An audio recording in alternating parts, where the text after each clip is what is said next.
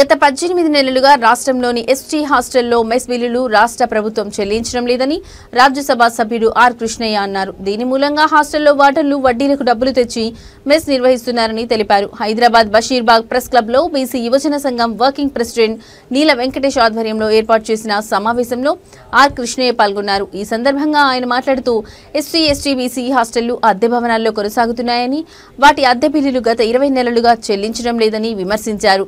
Finance secretary Sandeep Sultania deputy CM బట్టి విక్రమార్కలను పలుమార్లు కలిసి వినతి పత్రాలను అందజేసినా స్పందించడం లేదన్నారు.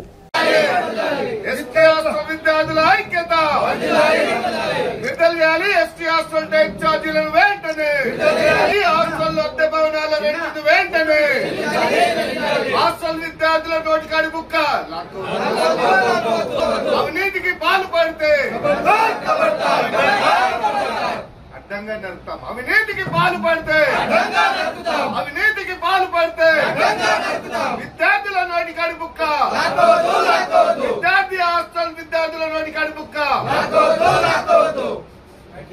బిల్లులు ఇవ్వరు, తిండి పెట్టారు, ఫీజులు ఇవ్వరు, స్కాలర్షిప్ ఇవ్వరు. మంత్రులు విమానాలు తిరుగుతారు, 20 కార్లు వేసుకుని తిరుగుతారు. ఎవ్వరికి దొరికింది వాడు భూ కబ్జాల పేరు మీద, దందాల పేరు మీద, సెటిల్మెంట్ల పేరు మీద 100 కోట్లు సంపాదించరు. మీరు తినేదంతా కక్కిచ్చే రోజు ఎంతో దూరం లేదని హెచ్చరిస్తున్నారు. ఎన్ని రోజులు దోసుక తింటారు, ఎన్ని రోజులు దోపిడీ చేస్తారు. పట్ట పగలు రాష్ట్రాన్ని పాలకులే దోపిడీ దొంగలు అయితే ఇక దేశాన్ని ఎవరు రక్షించాలి, రాష్ట్రాన్ని ఎవరు రక్షించాలి? ఒకవైపు మోడీ అవినీతి లేని పాలనను దేశానికి అందియాలని ట్రై చేస్తున్నాడు.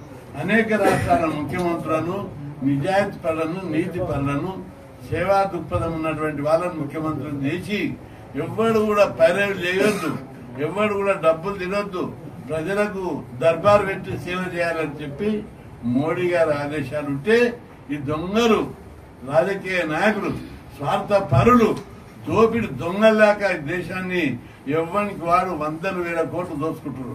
మీరు దోచుకున్నది ఏడ దాస్తారు? విదేశీ స్విచ్ బ్యాంకులో దాచినా వదిలిపెట్టాం మిమ్మల్ని. ఒక రోజు వస్తుంది, అందరినీ తరిమి కట్టే రోజు వస్తుంది. ప్రజల్లో నేపాల్లో తిరుగుబాటు వచ్చింది గమనిస్తున్నారు. శ్రీలంకలో ప్రజలందరూ తిరుగుబాటు చేసింది గమనిస్తున్నారు. ఇక్కడ యువత చైతన్యవంతమైన కాబట్టి ఇట్లాంటి దుర్మార్గము, దోపిడీ ప్రభుత్వాలు, దొంగలను తరిమి కొట్టే రోజు ఎంతో దూరం లేదని తెలుస్తున్నారు. ఏంటి ఇంత అన్యాయం? రైట్ ఛార్జీలు, తిండి, కూరగాయల పైసలు, గుడ్ల పైసలు, మాంసం పైసలు, ఉప్పు నూనెల పైసలు అంతా దివాలా తీసిందా? మీకు సిగ్గుందా? మీరు జీతాలు తీసుకుంటలేరా? మంత్రులు తీసుకుంటలేరా? ఎమ్మెల్యేలు తీసుకుంటలేరా? మీరు జీతాలు తీసుకుంటున్నారు, ముడుపులు తీసుకుంటున్నారు, దోపిడీ చేస్తున్నారు, కబ్జాలు పెడుతున్నారు, సెటిల్మెంట్లు చేస్తున్నారు. పిల్లల తిండి పైసలు కూడా ఇవ్వరా? అవి కూడా మీకు సరిపోతలేవా అని చెప్పి నేను తెలుస్తున్నా. పిల్లల తిండిపై నోటికాడ ముద్ద లాక్కుంటే ఖబర్దార్ ఒక్కొక్క నాయకుడిని తరిమి కొట్టేది వస్తుంది.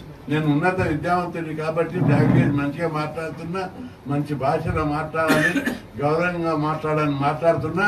కానీ మీ దొంగలను చూస్తుంటే ఆవేశం వస్తుంది. అరే పిల్లల తిండి పైసలు కూడా మీకు సరిపోతలేవు, పిల్లల స్కాలర్షిప్ల పైసలు కూడా సరిపోతలేవు, పిల్లల ఫీజు రియంబర్స్మెంట్ పైసలు కూడా సరిపోతలేవు. అంత దోపిడీ చేసి కాంట్రాక్టర్లు, లీడర్లు కలిసి దోసుక తింటున్నారు. ఈ వైఖరి మార్చుకోవాలి. ప్రజల్లో తిరుగుబాటు రాకముందే పద్ధతి మార్చుకోవాలని చెప్పి ప్రభుత్వాన్ని హెచ్చరిస్తున్నారు. కబ్జాలు, పట్ట చేపించుకోవడం, దోసుక తినడం. ఒకవైపు ముఖ్యమంత్రి ధరణిలో దోపిడీ అవుతుందని ఇది పెడితే దీన్ని కూడా అడ్డం పెట్టి రెవెన్యూ అధికారులను, పోలీస్ అధికారులను, వాళ్ళ ఎక్సైజ్ అధికారులను ఎమ్మెల్యేలు చెప్పినట్టు పోస్టింగ్ ఇవ్వడం వల్ల వాళ్ళు డమ్మి అయిపోయారు. అనేక మంది అధికారులు నాకు ఫోన్ చేసి చెప్తున్నారు, ఏమన్నా గతంలో నువ్వు అవినీతికి వ్యతిరేకంగా పోరాటాలు చేసినావు, ప్రభుత్వాల మీద పోరాటాలు చేసినావు, ఈ ప్రభుత్వం వచ్చి నుంచి దోసుక తింటుంది, మమ్మల్ని బతకనిస్తలేరు, వసూలు చేసి ఇవ్వమంటున్నారు, మరి ఏం అడగరా అంటే మీరు కూడా ఉద్యోగం తిరుగుబాటు చేయాలని చెప్పారు.